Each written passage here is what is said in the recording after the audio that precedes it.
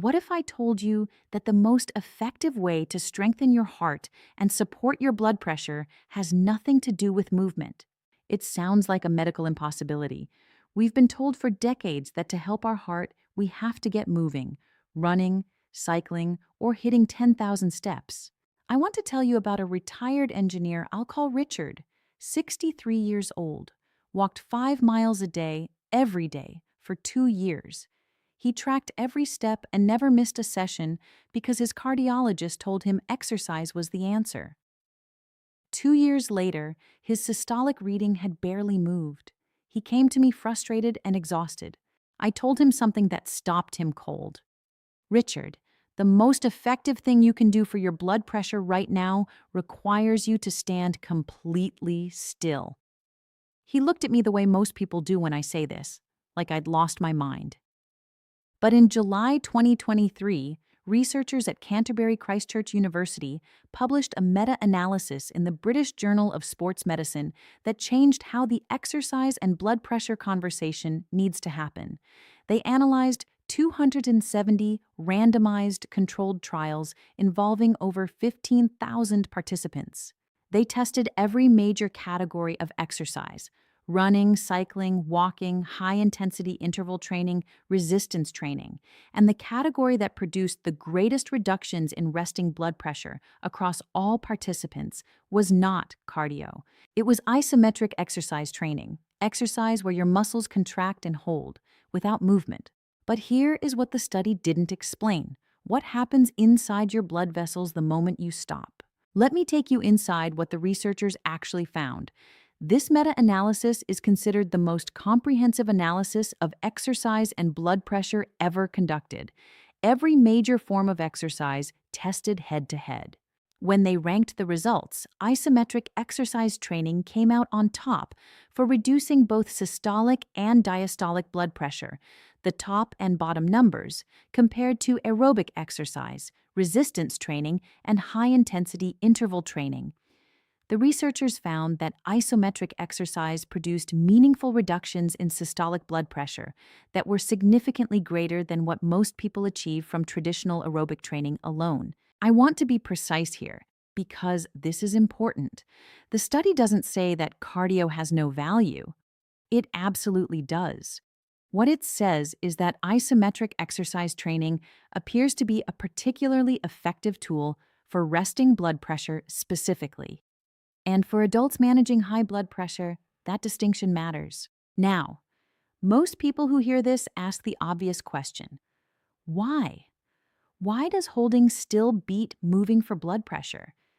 The answer is one of the most fascinating things I've come across in years of studying this research. But here is what the study didn't explain: what happens inside your blood vessels the moment you stop the exercise. Because that moment, that single release of tension, is where the real mechanism lives. And once you understand it, you'll never think about exercise and blood pressure the same way again. Think of your arteries like a garden hose, flexible when young, stiffer as we age. When you perform an isometric move, like a wall sit where you hold a 90-degree position against a wall, your leg muscles contract and generate significant force without moving. That sustained contraction compresses the blood vessels running through those muscles, temporarily reducing blood flow into the area. Think of it like kinking that garden hose. You're squeezing it and restricting the flow.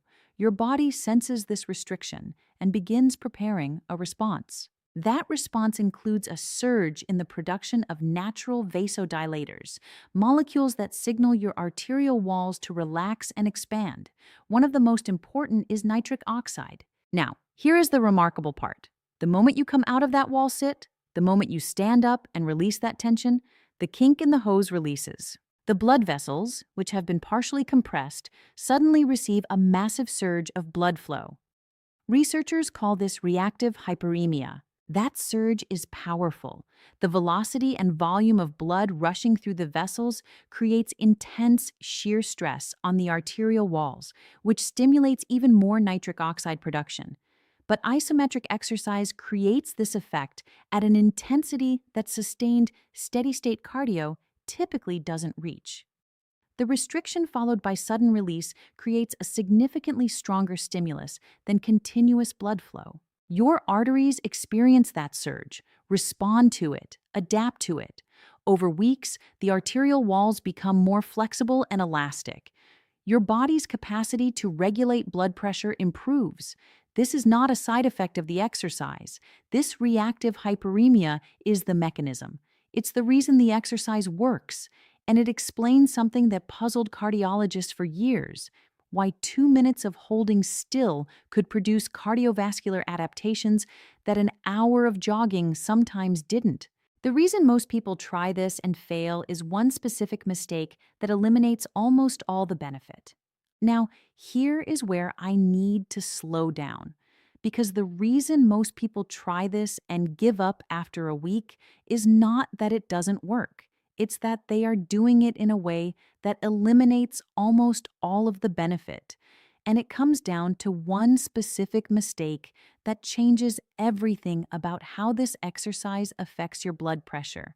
I'll show you exactly what that mistake is and the simple correction right after I tell you about Richard. I told you Richard walked 5 miles a day for 2 years without seeing meaningful results. Here's what I told him to do instead: 3 times a week, in his garage, against the wall next to his workbench, 2 minutes holding a wall sit, 2 minutes walking slowly around the garage, 4 times through, 14 minutes total. That was it. No gym, no equipment. Just a wall and a timer on his phone. Richard was skeptical, but he was also out of options, so he tried it. At 6 weeks, he came back. His systolic reading had dropped meaningfully. Not dramatically. This is not a miracle story, but measurably. His cardiologist noticed it at his next appointment and asked what he had changed. Richard said, "I stopped walking 5 miles a day. I started standing still against a wall for 14 minutes, 3 times a week." His cardiologist pulled out the research. He had not heard of the 2023 meta-analysis. He spent 20 minutes reading it in the appointment room while Richard waited.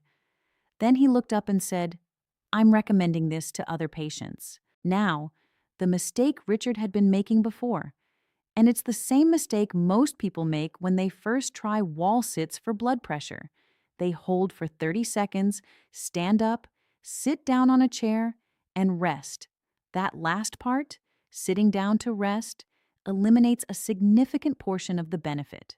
Remember, the mechanism is reactive hyperemia, the rush of blood through the vessels when you release. If you sit down immediately, you reduce that blood flow surge before it can create the shear stress your arteries need to adapt.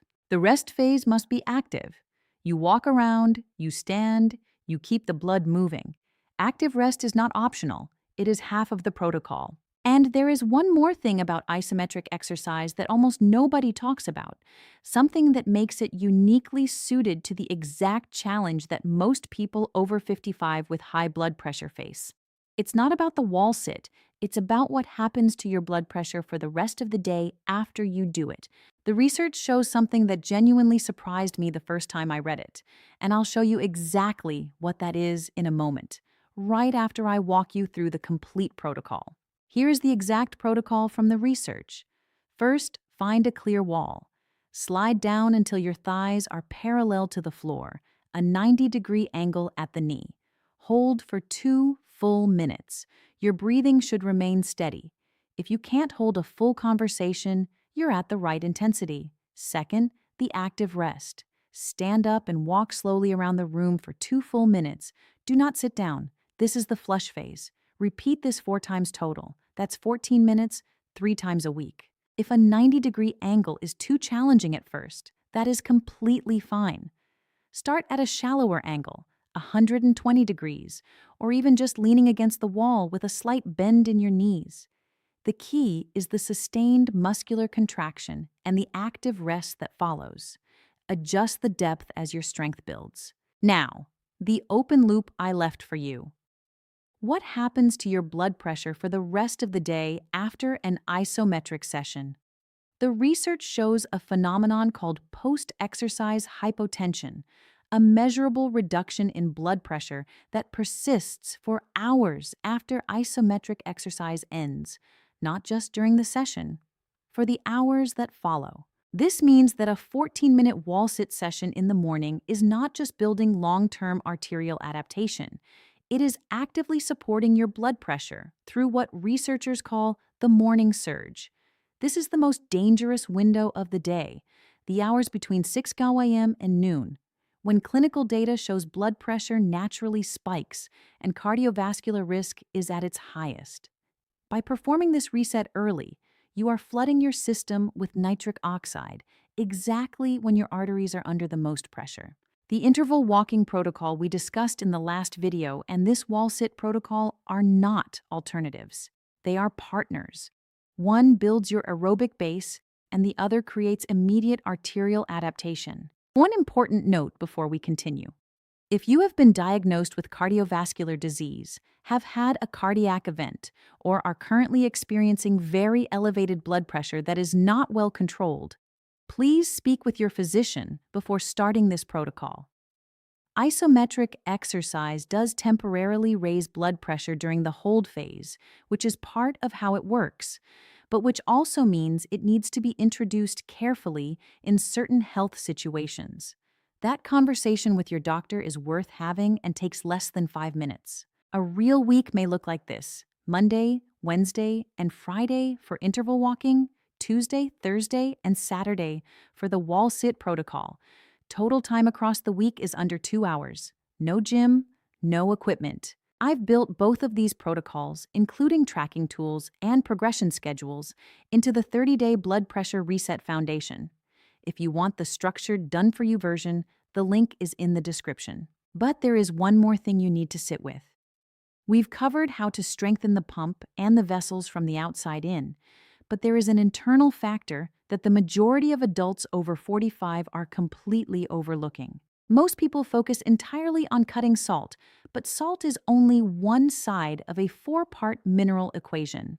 The other 3 parts, potassium, magnesium, and calcium, may be doing more to keep your arteries tense right now than your sodium intake ever did. In the next video, I'm showing you the specific mineral ratios that allow your arterial walls to genuinely relax, and a one simple breakfast swap that delivers all 3 at once. Before you go, a question I genuinely want you to answer in the comments. Have you ever tried any form of isometric exercise for your blood pressure?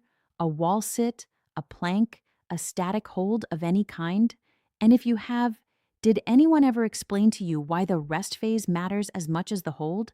Tell me below. I read every comment, and the questions you ask there shape what I cover next. If this video gave you something concrete to work with, a protocol, a mechanism, a reason why, please subscribe.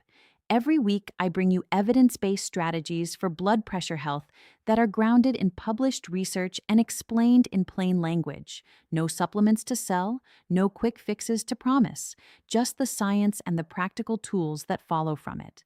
Take care of your heart. It's been working for you every minute of your life without asking for anything in return. Give it this.